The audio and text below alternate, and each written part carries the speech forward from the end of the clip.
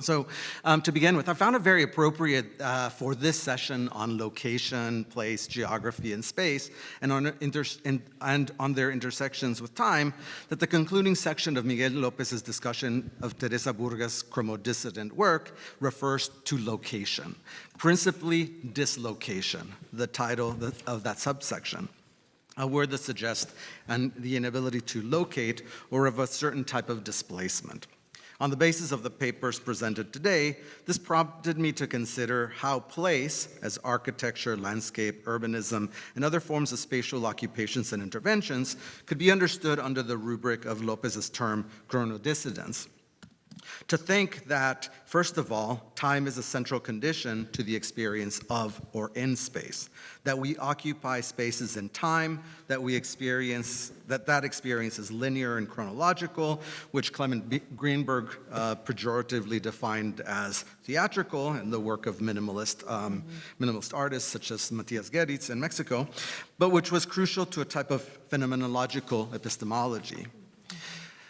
This promoted me to see that, second of all, time as historical is central to the cultural production of architecture, cities, and so forth, central to the historical references and relations designers employ and establish with precedents of other times and other places. Modernism's claim of universality, a historicity, and placelessness is something that has been largely contested throughout Latin America. We agree with Néstor García Canclini on the multi-temporal heterogeneity reflected in our cultural production. That history is not sequential, but simultaneous, where the coexistence of historical levels and layers are visible, where the past runs through the present, and we don't substitute the traditional and the popular for the modern. The expression of historical and traditional practices in the present is central, as Aníbal Quijano would argue, to its decolonial position by offering different epistemologies. And that the local and traditional is that the local and traditional is not anachronistic, but rather central to the development of modernity. And to consider finally that if space regularizes and coordinates its own use and occupation, could we consider whether there is such a thing as spatio-dissidence? Perhaps the topic for next. A simple transposition of the term space and time suggests that there are spaces and places of non-productivity, that they are forms of spatial organization that disrupt the demand and the logic of capitalism, that they are against the functional, rational, and abstracting logics behind modern architecture, urbanism, cities, some types of modern art, and that spatial dissident spaces are those places that challenge exchange, that are occupied and appropriated without a sense for profit, so they're literally occupied by people, kind of subverting the logic of capitalism itself, like barriadas, for example, and that they serve as alternate spaces to the ordered, logical, and controlled production of space for consumption and for consumption and for its consumption, as Henri Lefebvre would argue. So spatial dissidence is to provide personal spaces for enjoyment, ocio, in Spanish this would be idleness, dreaming, and of course, self-realization. So I think that when I was reading your papers, your PowerPoint, I saw that all of the arguments had some reference to the particularity of something occurring in place, and that place was something central to kind of the discussions. And so, like, I was wondering, so the questions that I have in relationship to this, and I think that all of the papers argued this, was that I was curious how you thought that location itself disrupted, established, hegemonic, or singular narratives within the work of the artists or architects that you focused on. I use the word narrative because I want to suggest that it's about like a place, that it also describes some kind of temporal kind of construction of meaning. And so I throw this out because I'm curious to see how you would think about location as this disruptive force. I can be like the teacher and just pick on you. No, but please. I think to start, thank you for those comments, and I'm really so excited to be on this panel with you all. Because of the foundational sort of framework of this project, of my project as a whole, is diasporic understanding, is diasporic lived experience. Place never gets excused from it because I think diasporic lived experience is very much so not just about land, but it's about relationship to land. It's about relationship to land over time too, and how that shifts. And I think for me, particularly in this project in particular, I think of space and time as unentangleable. You can't have one without the other. And I think what really is exciting to me is when we look at how artists are thinking through both of those things simultaneously too. So belonging to more than one place in this sort of space-time continuum, simultaneously being from here and from here, simultaneously maybe physically being here, but mentally or spiritually or emotionally being somewhere else. So I think it didn't even occur to me until you just said that space could have been taken out of the time question, because for me, I think they're so intertwined as to be inseparable almost. Right. Yeah. Right. Sure. Thanks for that question, Luis. I think what I'm trying to think through in my work right now, and sort of with what I presented today, is how urban informality in post-war Lima brought this communal land structure to the city from the Andes that had been sort of seen by Mariátegui as like a real way in which Peru could not go through capitalist development, so could skip that and get to socialism. And this is something he, I think, comes to through reading Marx on Russia, where Marx writes a letter and says that we don't actually have to make Russia industrialize. So it has, it's grounded in like a deep reading of history, but also this like specific structure in the Andes that had been expropriated but still continued. And then there's like a sign of it in Lima in the collective building of Las Barriadas that's then foreclosed upon when it becomes subsumed as like a method of developing housing for cheaper, right? And now, the UN funded a lot of this.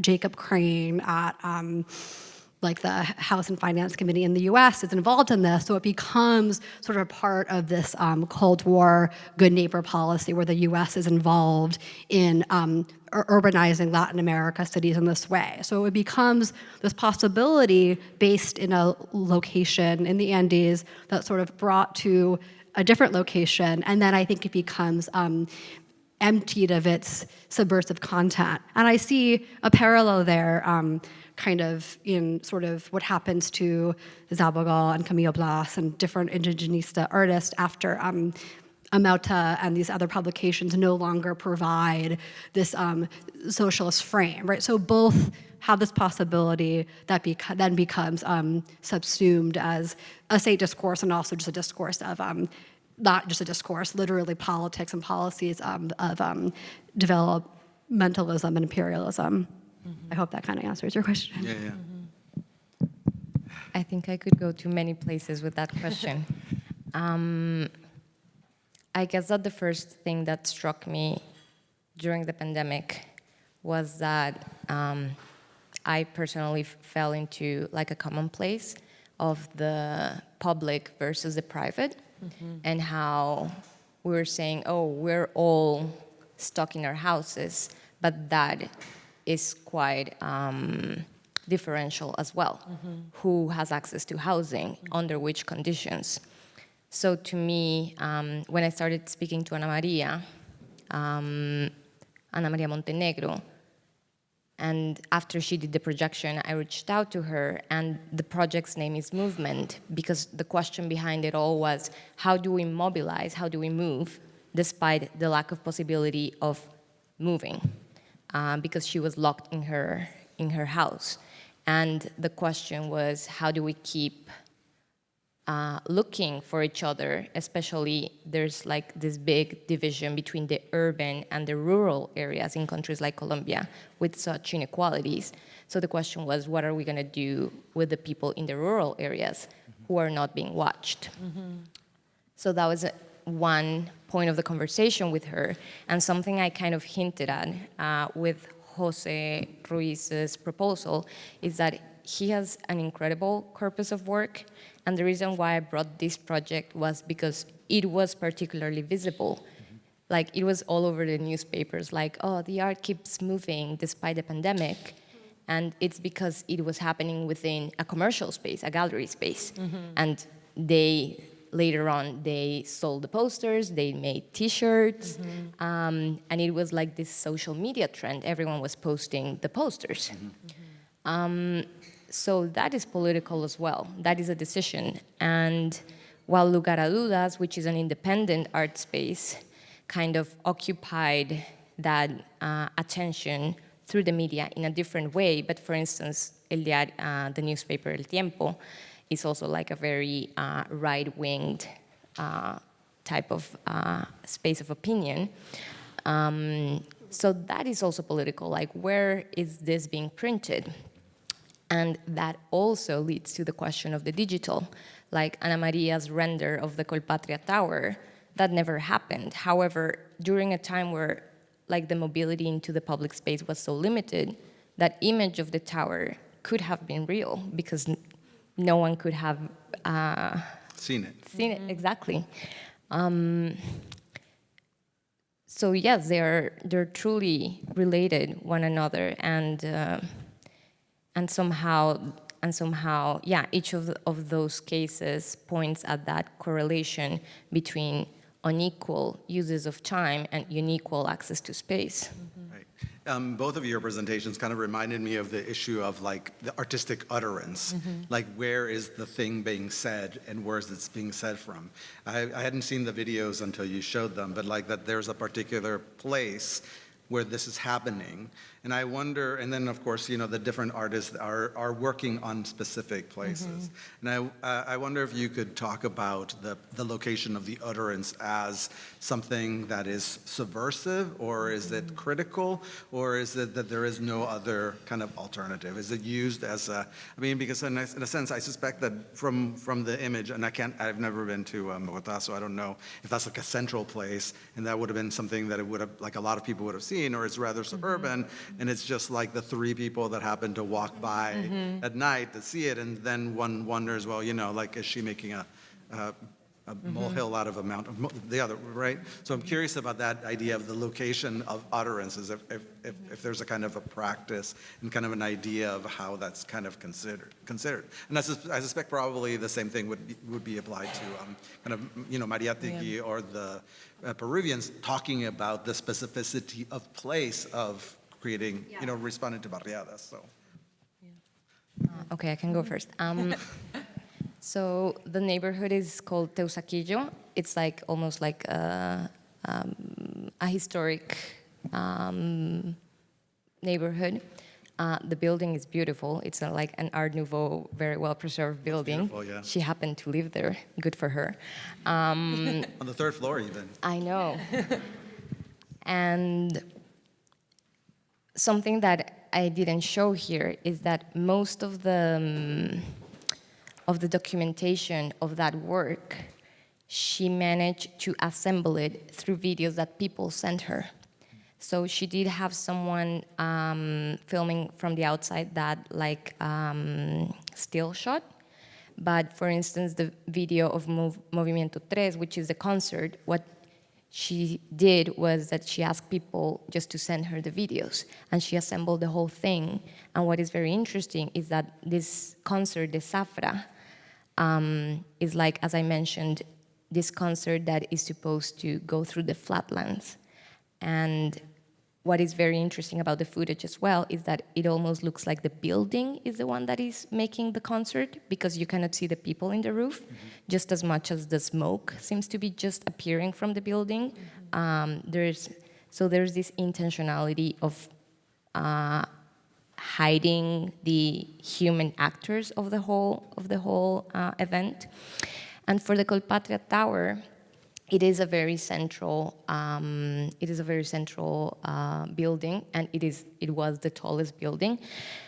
But the thing is that artists have actually made interventions in that tower, and she had presented this, but it happened like they did not approve it. You wonder why.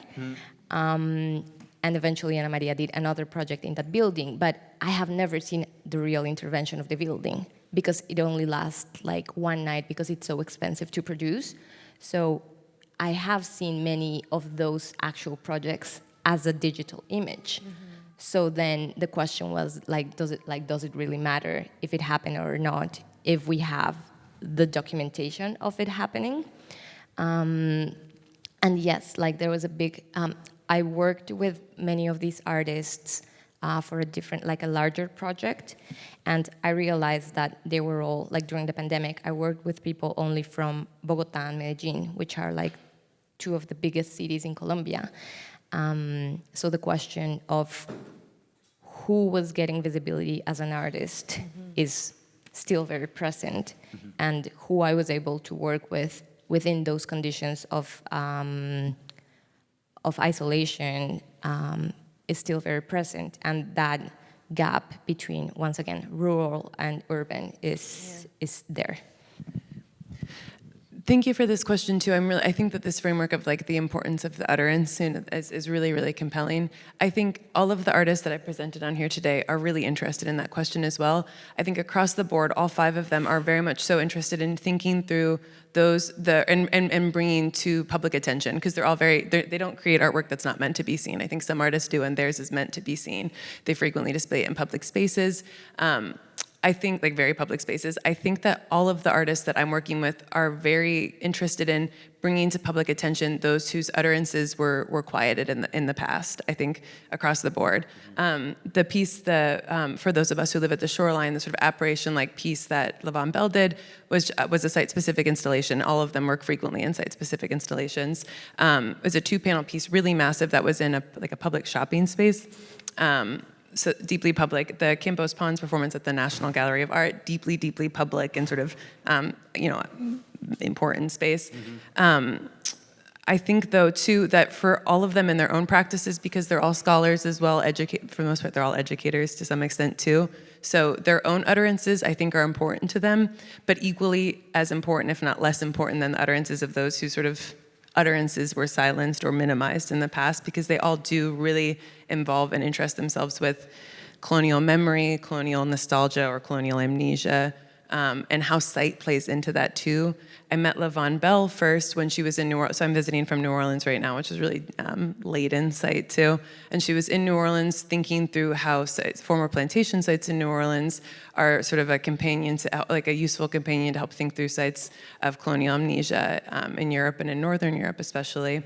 And so I think that they're all very, very interested in that question. And I think they are all interested in their own utterances, but almost less so than the utterances of those who they're elevating through their own utterances.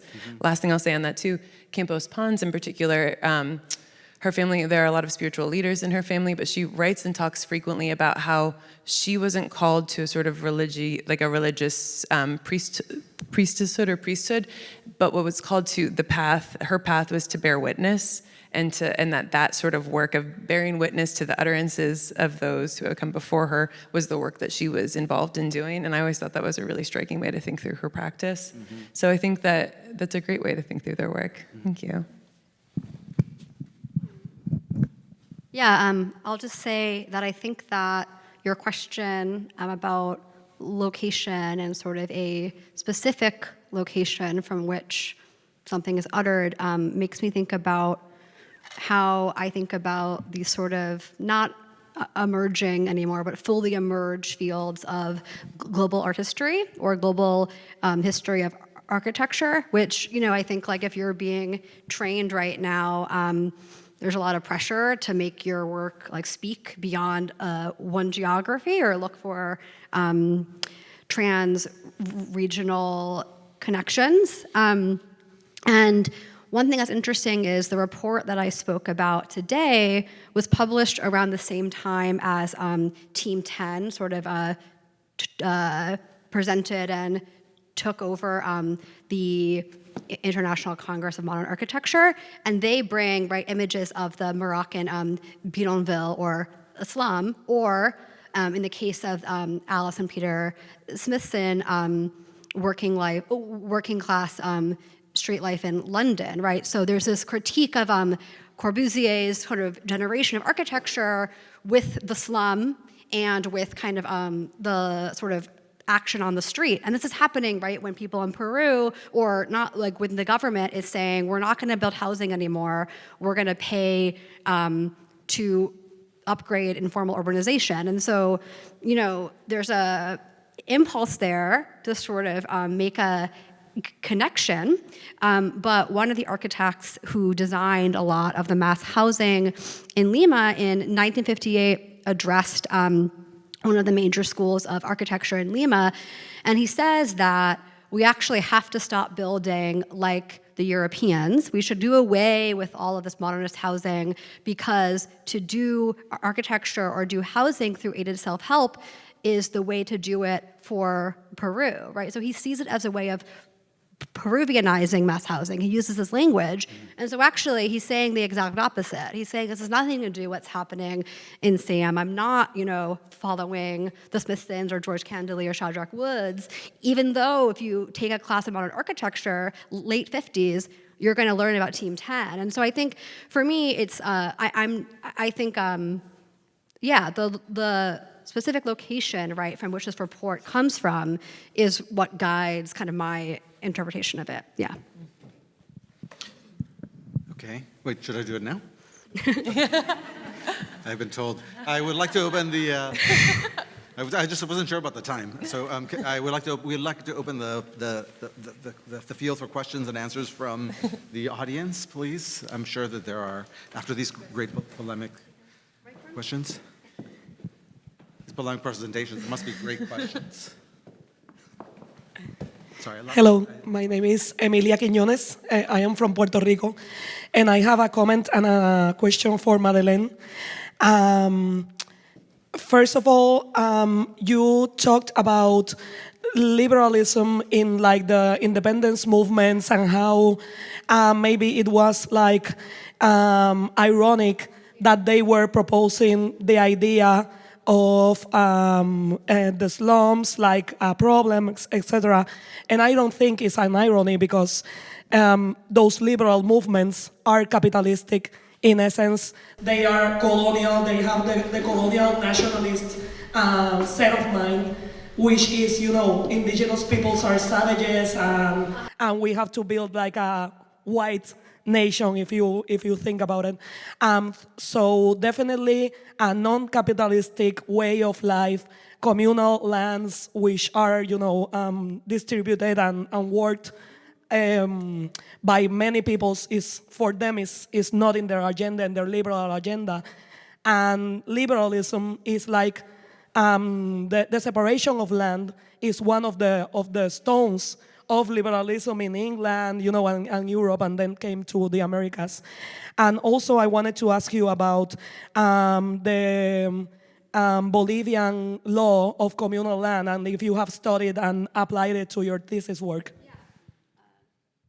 Yeah, so I didn't mean to imply that it's ironic. I meant to sort of draw out how technically, right, with the Constitution, in Peru, serfdom became illegal, but functionally, this is not the case because the liberal government in Peru had no way of making the landowners sort of stop this mode of production, and so this continues like way through 68, and then is undone by Belaunde actually, and then of course Fujimori. So it's not ironic, and Mariátegui has this like amazing critique of why the revolution in Peru does not lead to the emancipation of indigenous people. So yeah, I don't say it as ironic. I see this sort of recurrence of a essentialization of indigeneity at the same time that land reform is disavowed. So Yes, I totally agree with you. I have not studied that deeply the Bolivian case, but I'm interested. I read Changara last week in a class I'm taking right now, and I'm really interested because there's so much more work on peasant uprisings in Bolivia and sort of like leftist peasant movements in Bolivia than in Peru. It's there's just like it's a much richer literature, so that's something that I'm interested in. And yeah, I'm not really sure why, but I loved reading Changara. She's a wife of a miner, and she gives this like really radical testimonial where she talks about like dynamiting, just like really radical action that was happening in mining camps in Bolivia. And it's interesting to me that that's like a really unread testimonial. There's a lot of testimonials that people love to read and talk about it providing unmediated access, right, to the subaltern. And no one reads Changara because, I don't know if you can read that in a complet class and just leave it at that. So, yeah, thank you.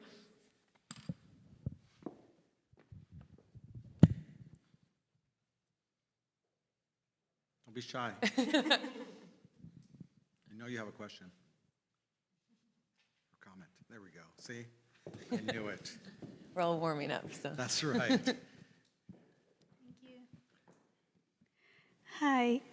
I also have a question for Madeleine. I'm sorry, it's just that I'm very interested in what you're researching about. And I just wanted to ask you if you have found connections between like the regions that are interested in housing reforms, specifically if you have identified like sort of different kind of masks of the discourse of development. And I don't know if that discourse has taken like the flag of indigeneity in some way, though in the back it's the same like procedure, or if this discourse has, I don't know, found some different ways of operating. And I'm thinking about it in the context of Arturo Escobar's reflections about how the UN shaped housing policy and housing diplomacy in the Cold War in the name of development. And I just wanted to see what was your intake in that. Are you asking if there's like a recuperation of these collective practices, not from the state, but from below? Is that what you're asking? Sorry, can you rephrase the question? Yeah, no, I was just wordplating.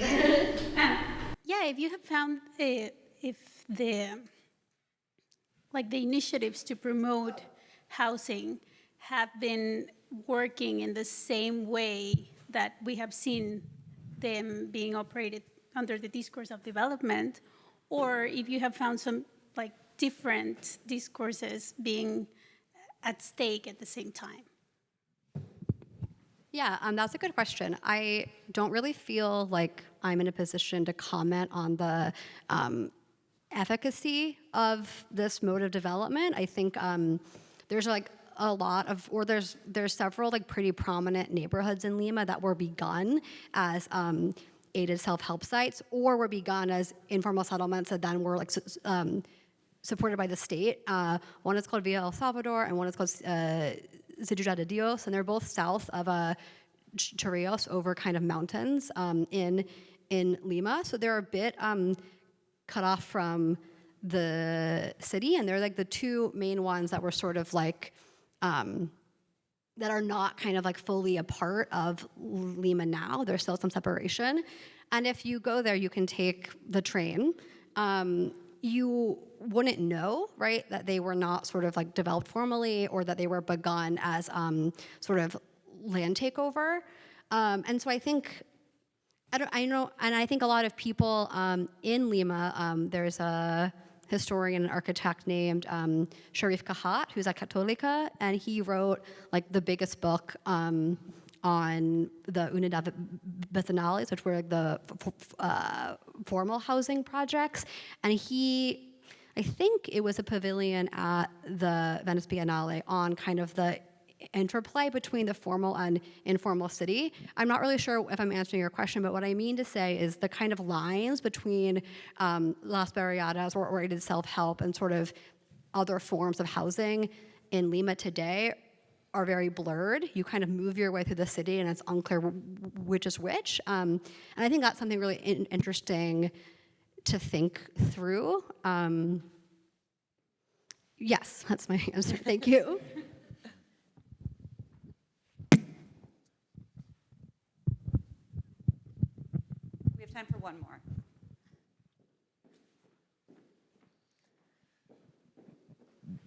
Thank you.